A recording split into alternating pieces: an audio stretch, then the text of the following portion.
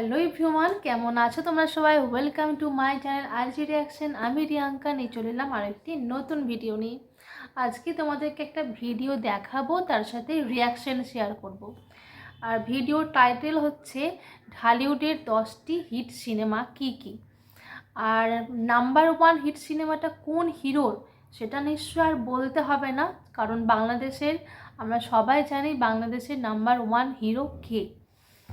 তো দেখা যাক তোমরা যেটা ভাবছো যে প্রথম হিট সিনেমাটা হচ্ছে কোন হিরোর হতে পারে, সেটার সাথে আমি যে ভিডিওটা দেখাবো সেটার সাথে ম্যাচ করে কিনা সেটাই দেখা যাবে। তো চলো লেটস স্টার্ট। বাংলাদেশে আগে যারা মোটামুটি সিনেমা দেখতো তাদের বেশিরভাগই তামিল, তেলুগু অথবা বলিউড সিনেমার প্রতি সবচেয়ে বেশি ইন্টারেস্টেড ছিল। অনেকের কাছে বাংলা সিনেমার কথা বললে তারা ব্যাপারটাকে হাসিতে উড়িয়ে দিত ঠিক এইভাবে। কিন্তু সময় বদলেছে বাংলা সিনেমা এবং ঢালিউড ইন্ডাস্ট্রি। ঢালিউডে এখন ভালো ভালো কন্টেন্টের এবং কোয়ালিটির সিনেমা নির্মাণ করা হচ্ছে, যার কারণে ইতিমধ্যে ঢালিউড অসংখ্য হিট সিনেমা পেয়েছে। সো গাইস, আজকের ভিডিওটার মধ্যে আমরা জানবো ঢালিউডের সর্বশেষ 10টি হিট সিনেমা সম্পর্কে, সাথে আরো জানবো এই সিনেমাগুলো কত টাকা আয় করেছিল। কিন্তু ভিডিওর শেষে আপনারা জানাবেন এই লিস্টে শাকিব খানের কয়টা সিনেমা আছে। আর আমি গোপন সূত্রে জানতে পেরেছি অনেকেই ভিডিও দেখে কিন্তু ভিডিওতে লাইক আর চ্যানেলটা সাবস্ক্রাইব করে না। ঠিক বলছি না মারুফ ভাই? হ্যাঁ ভাই, ঠিক আছে।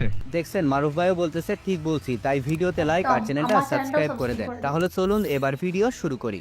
10 নম্বরে রয়েছে লিডার আমি বাংলাদেশ। 2022 সালে মুক্তিপ্রাপ্ত মেগাস্টার শাকিব খান অভিনীত এবং তপু খান পরিচালিত এই সিনেমাটা হচ্ছে ঢালিউডের সর্বশেষ 10 নম্বর হিট সিনেমা। এই সিনেমায় শাকিব খান জুটি বেঁধেছিলেন শবনম বুবলির সাথে। তবে সিনেমাটা কত টাকা আয় করেছিল সেটার সুনির্দিষ্ট কোনো তথ্য কোথাও পাওয়া যায়নি। তবে এটা একটা সুপার হিট সিনেমা ছিল।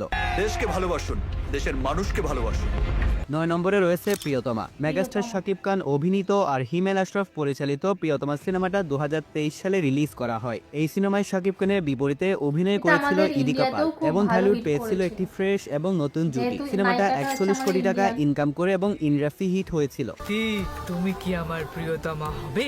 7 নম্বরে রয়েছে সুরঙ্গ। রায়হান রাফি পরিচালিত সুরঙ্গ সিনেমাটা ছিল আফরান নিশোর ক্যারিয়ারের প্রথম সিনেমা। 2023 সালে প্রিয়তমা সিনেমার সাথে ওপেন ক্লেশে রিলিজ হওয়ার সত্ত্বেও সিনেমাটা খুবই ভালো পারফরমেন্স করেছিল। কন্টেন্ট এবং টেকনিক্যাল দিক থেকে এই সিনেমাটা অনেকটাই এগিয়ে ছিল। রিপোর্ট অনুযায়ী সিনেমাটা লাইফ টাইমে আয় করে 17 কোটি টাকা এবং হয়ে গিয়েছিল ইন্ডাস্ট্রি হিট। আমি মাসুদ, এই অসম্ভব কাম নেই কোনো। 6 নম্বরে রয়েছে রাজকুমার। রাজকুমার সিনেমাটা ছিল হিমেল আশরাফের সাথে মেগাস্টার শাকিব খানের দ্বিতীয় সিনেমা। এই সিনেমায় শাকিব খানের বিপরীতে আমরা একজন আমেরিকান মডেলকে দেখতে পেয়েছিলাম। গল্পের দিক থেকে রাজকুমার সিনেমাটা অসাধারণ ছিল, কিন্তু সিনেমাটা এক্সপেকটেশন অনুযায়ী পারফরমেন্স করতে পারেনি। তবুও লাইফ টাইমে 27 কোটি টাকা এই সিনেমাটা ইনকাম করেছিল এবং হয়ে গিয়েছিল সুপার হিট। 5 নম্বরে রয়েছে তুফান। এটা ছিল শাকিব খানের সাথে রায়হান রাফির প্রথম সিনেমা। যখন শোনা গিয়েছিল ঢালিউডের একমাত্র মেগাস্টার শাকিব খানের সাথে আসতে চলেছে ঢালিউডের স্বনামধন্য ডিরেক্টর রায়হান রাফির সিনেমা, ঠিক তখন থেকেই এই সিনেমার জন্য মানুষের মধ্যে আলাদা একটা উৎসাহ তৈরি হয়েছিল। আর যখনই সিনেমাটা আসে তখনই চারদিকে একটাই নাম শোনা যায়, আর তা হলো তুফান। তো 2024 সালে মুক্তিপ্রাপ্ত এই সিনেমাটা ইনকাম করে নিয়েছিল 56 কোটি টাকা আর হয়ে গিয়েছিল ইন্ডাস্ট্রি হিট। তুফান পোষ মানে কোটিতে রান করে শাকিব খান, মানে কোটি। 4 নম্বরে রয়েছে বরবাদ। মেগাস্টার শাকিব খান অভিনীত বরবাদ সিনেমার মাধ্যমে আমরা শুধু এটা সফল এবং অসাধারণ সিনেমায় দেখতে পাই নাই, সাথে পেয়েছি একজন ট্যালেন্টেড ডিরেক্টর এবং professional qualityful production company real energy production. তো মেহেদী হাসান পরিচালিত এই সিনেমার মাধ্যমে দ্বিতীয়বারের মতন শাকিব খান জুটি বেঁধেছিলেন ইদিকা পালের সাথে। লার্জ স্কেল, চমৎকার প্রেজেন্টেশন এবং অসাধারণ নির্মাণের কারণে সিনেমাটা অডিয়েন্স অনেক বেশি পছন্দ করেছে। দেশ বিদেশ মিলিয়ে সিনেমাটা লাইফ টাইমে আয় করে নিয়েছিল 75 কোটি টাকা এবং হয়ে গিয়েছিল ইন্ডাস্ট্রি হিট। 3 নম্বরে রয়েছে জঙ্গলি।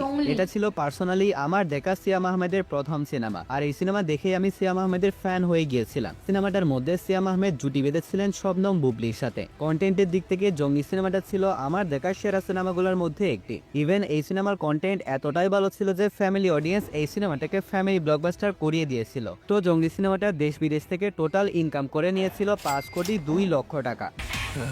জঙ্গলি সিয়াম মাহমুদ। 2 নম্বরে রয়েছে উৎসব। তানিম নূর পরিচালিত উৎসব সিনেমায় একসাথে অসংখ্য বড় বড় অভিনেতাকে দেখা গিয়েছিল, যেমন চঞ্চল চৌধুরী, জয়া আহসান, জাহিদ হাসান, আফসানা মিমি, সাদিয়া আইমান সহ আরো অনেকে। উৎসব সিনেমাটাও ছিল কন্টেন্টের দিক থেকে অনেক বেশি পাওয়ারফুল, যার কারণে রিলিজের শেষের দিকে শাকিব খানের তাণ্ডব সিনেমার সাথে ওপেন প্লেসে থাকার সত্ত্বেও সিনেমাটা দারুণ পারফরমেন্স করেছিল। রিপোর্ট অনুযায়ী সিনেমাটা দেশ থেকে আয় করেছিল 10 কোটি টাকা আর বিদেশ থেকে আয় করেছিল 3 কোটি টাকা। সো টোটাল 13 কোটি টাকা আয় করে উৎসব সিনেমাটা হয়ে গিয়েছিল হিট। 1 নম্বরে রয়েছে তাণ্ডব। এটা ছিল রায়হান রফি আর শাকিব খানের দ্বিতীয় সিনেমা, তাই অডিয়েন্সের এক্সপেকটেশন ছিল পুরো আকাশ ছোঁয়া। দুর্দান্ত প্রেজেন্টেশন, টুইস্ট, ধামাকাদার অ্যাকশন সবকিছুর সমন্বয়ে তাণ্ডব সিনেমাটা ছিল ফুল প্যাকেজ একটা সিনেমা। ইভেন তাণ্ডব এখনো পর্যন্ত বাংলাদেশের বেস্ট নাম্বার 1 অ্যাকশন সিনেমা, কিন্তু সিনেমাটা এক্সপেকটেশন অনুযায়ী কালেকশন আনতে পারে নাই। লাইফ টাইমে 35 কোটি টাকা কালেকশন করে তাণ্ডব হয়েছিল ইন্ডাস্ট্রি হিট। সো আমাদের আজকে লিস্টে সিয়াম আহমেদের সিনেমা ছিল একটি, চঞ্চল চৌধুরীর সিনেমা ছিল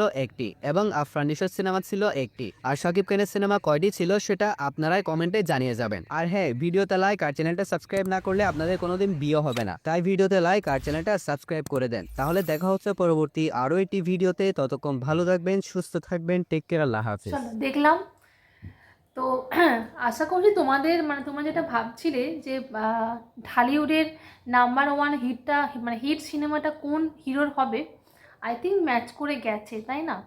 কারণ সবাই জানে আমাদের বাংলাদেশের হিট একজন সাকিব খান, মেগাস্টার, তাই তো তিনি মেগাস্টার, তাই না?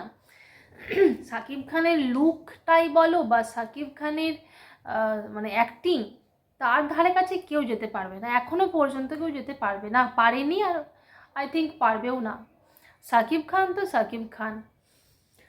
তো চলো আজকে ভিডিওটা এই পর্যন্তই, দেখা হচ্ছে নেক্সট কোনো ভিডিওতে। তো অবশ্যই কিন্তু চ্যানেলটা সাবস্ক্রাইব করে দিয়ে তারপরে যাবে, ঠিক আছে? না তার আগে কিন্তু একদম ভিডিও থেকে বেরোবে না। চলো টাটা।